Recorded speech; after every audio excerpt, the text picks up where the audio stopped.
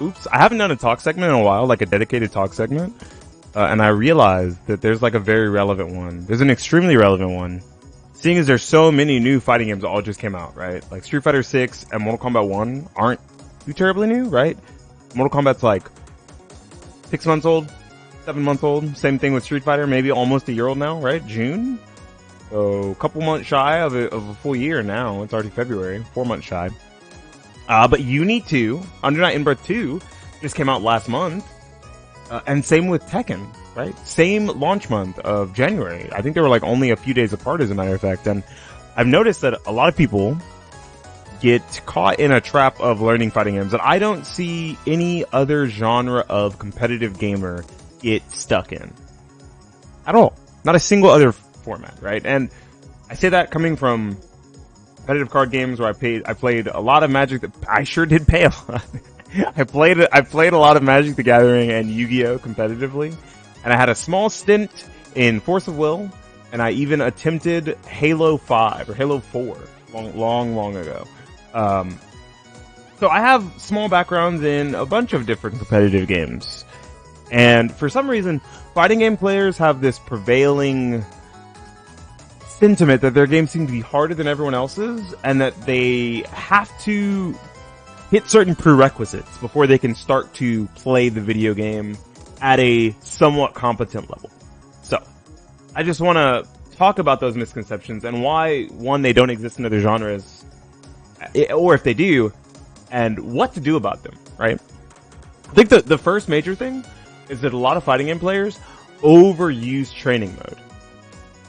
Like, I watch people aim train before they start up with Valorant, Scrim, or before they get to their like Call of Duty ranked matches. There's no ranked in Call of Duty anymore, but you understand what I mean.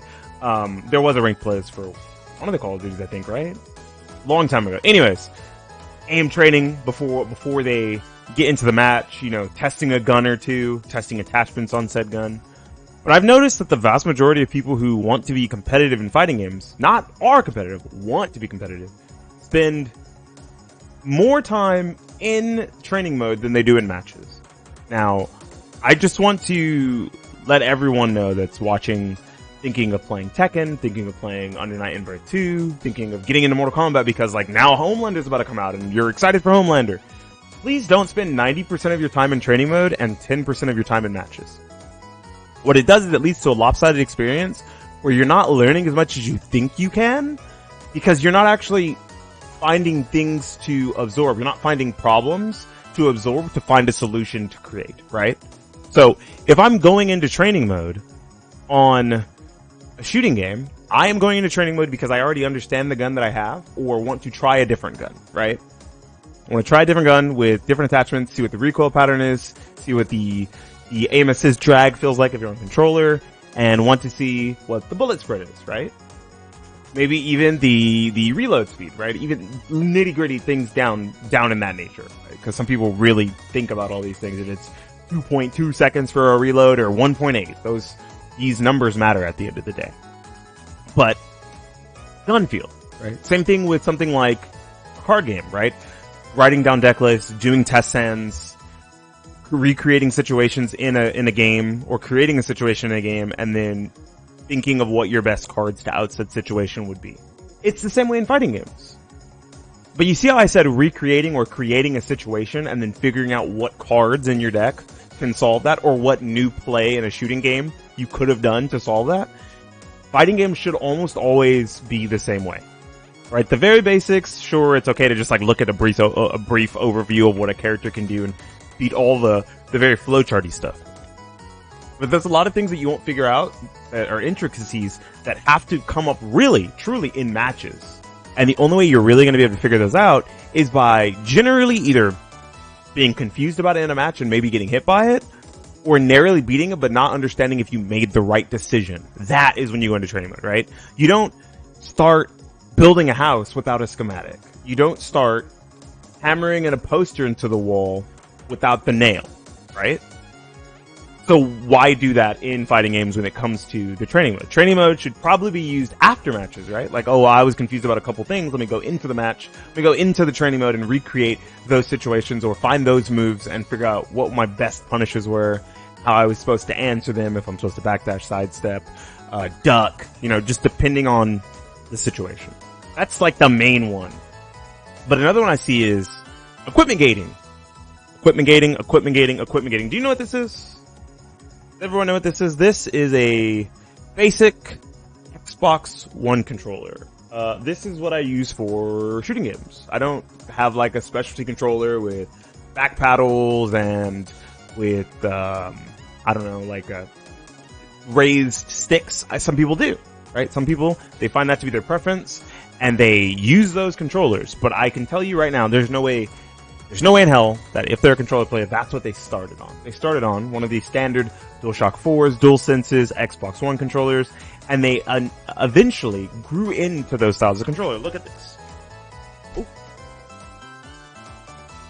This is an arcade stick, right? This is an equipment. This is a piece of equipment. This is a piece of kit. That's a PlayStation Wiimote? Oh god. The more I read that, the more of an aneurysm I'm having. This is a arcade stick, right? There's also hitboxes or leverless, and then there's basic controllers, right? You can even use keyboard. Do not equipment gate yourself. A lot of people, when starting a fighting game, oops, I was too far away from my mic. A lot of people, when starting a fighting game, tell themselves, oh, I can't really start this fighting game, or oh, I can't really play this fighting game until I get this specific controller, or this specific type of buttons, or this type of lever. It actually is a portable desk. I could probably put like a drink on it and drink off of the... There we go. That's generally the worst thing to do, right? Playing on a controller that's not comfortable for you is almost always going to hinder your experience growing as a player and getting better. But not playing at all is the easiest way to fall behind and literally never play the game. You can say the same thing when it comes to streaming, right? We'll equate this to a non-competitive thing. I guess you are competing with people. You're competing with other people for their view counts, for their attentiveness of their viewers. I see so many people say, I have like a camera and I have a capture card and I have my laptop and my console, so like I should start streaming, but like I really need to get a capture. I really need to get a green screen, or I need like better lighting in the area that I'm streaming in, or tons of different things that like they're equipment gating themselves. They're stopping themselves from ever getting in the door of whatever hobby or whatever form of enjoyment they're trying to create for themselves or others, right? Don't equipment gate yourself. If what you have right now is a basic pad and that's all you can afford, play on pad. If all you have is a keyboard and you play all your other games on keyboard and hopefully you're not beating it up too bad by playing fighting games on it, use your keyboard. It's no problem at all, right? I happen to use arcade stick. I own a fuck ton of these, as you guys can see. I happen to own these, but did I need to go out of my way to purchase a brand new one just for Tekken 8? No, absolutely not. I didn't. And as a matter of fact, I think the best thing to play Tekken 8 on, if you ask me, is a leverless controller. It's a button box, right? An all button controller. I think that those are the best things to play Tekken on. Those are the best things to play like almost every fighting game on. Unity 2, Mortal Kombat, Street Fighter, but I don't own any. That doesn't mean I'm not going to play fighting games. I'm not going to equipment gate myself by not playing on the best device or the most optimal device. I'm going to play on what I have, what I'm comfortable with. Huge thing to think about for when it comes to fighting games. Because I don't see Yu-Gi-Oh players do that. I don't see Magic the Gathering players do that. I don't see any really card game players or shooting game players do that, right? Like, oh, I can't start until I get like a better mouse. Like, I really need to get a better mouse before I can start cranking sick 90s in Fortnite, bro. This mouse sucks, so I'm not going to play Fortnite right now. No, they generally just use what they have until they can afford something better, right? A perfect example, I have a friend who top-8'd multiple Yu-Gi-Oh! Regionals. I'm going to leave him nameless because he's a broke boy. Literally, he's a brokey. His mentality for the decks that he would play in a format is he would always play the cheapest best deck. Whatever the best deck of the format was that didn't cost a lot, like say there was 3 or 4 really solid decks. Whichever one was the cheapest of those solid decks, he was gonna play. He was like, I don't want to spend a lot of money on this game, but it's fun.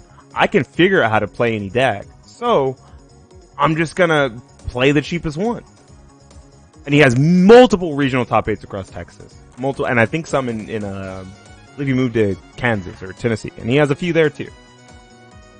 Because of the fact that he didn't equipment gate himself. He didn't say, I can't afford the most expensive, the best deck in the room. Damn, I can't fucking play this game. Damn, I couldn't afford Necros in the format where that was like a $700 deck. Sorry, can't play Yu-Gi-Oh. Generally not the case. Not something that most gamers will do. I think that's a big thing, is like getting over the hurdle of wanting to make the excuse of not to start something. And not including like actually owning the game. Owning whatever thing you want to get into, fighting game or otherwise. The last thing is literally watching your replays. Even if I want to stress this. Watching replays or thinking about what happened in the match. I know tons of people who get on the video game and play the video game and make it to their rank or whatever, or they make it to a rank they wanted to make it to, and then they get stuck. Right? Sometimes it's early on in their learning, sometimes it's a little bit later, but they get stuck. For the love of God, watch your replays and see what you're doing wrong. That will teach you more than any coach, any paid coach ever will, for a fraction of the cost.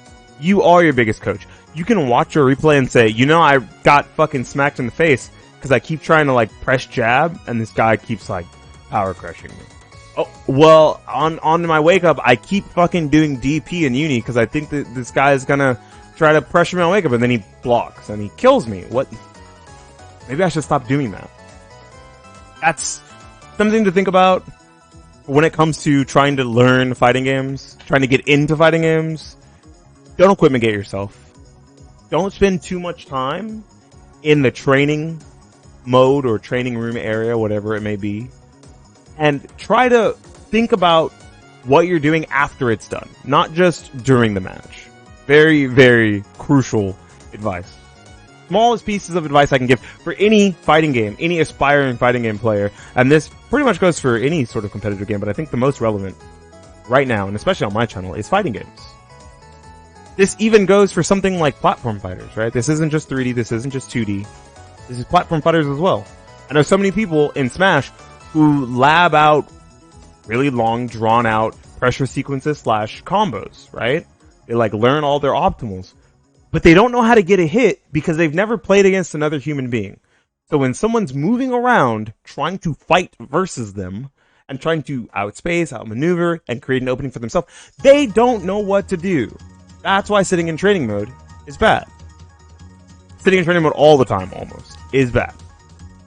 So many people have swapped over to a different device, or they got into the game late because they wanted to get an arcade stick, they wanted to get a leverless, or they wanted to get some specific specialty controller. And by the time they got into the game, everyone was so much better that they were learning while getting their ass beat so hard they weren't having fun and enjoying the game anymore. Or, even more so, they equipment gated themselves, and then they didn't even actually enjoy playing on the device that they were using. Generally, not a good thing. And last but not least, if you never watch your replays, you're significantly less likely to learn from your mistakes, right? A lot of people learn by trial and error. I'm not gonna lie to you, Chief. I'm generally one of those people. We might actually go into Tekken right now and look at some of my losses and maybe let the replay system work its magic and show me what I could have ducked, what I could have punished, what I could have stepped. But I almost always learn through just playing the game and trying to figure out what I could do to beat the situation that I put myself in before. Right? And I think it especially works for this generation of fighting games where there's a lot less punishment. Like, you don't die as fast for making bad mistakes, even in high damage fighting games like we have now. But those are my advices. Those are my pieces of advice for anyone who's looking to get into a fighting game right now as a newcomer. Whether you're new to the genre, whether you're new to the series, whether you're new to, or whether you're a returning player, right? Whether you're disgruntled, you played in 09, Street Fighter 4 was the greatest thing you've ever seen, and you haven't touched a fighting game since. This has been Beanie Thuggish for the YouTubes. I'm not going to do the call to act. I'm just kidding. Subscribe to the channel. Comment down below of any other tips you have for beginner fighting game players that could potentially be helpful, right? Things that you do if you're a beginner that you think other beginners should know about. Things that you didn't think about as a beginner if you've been playing for a long time. If you're a veteran now, that you wish someone had told you when you were a beginner. Signing out and saying,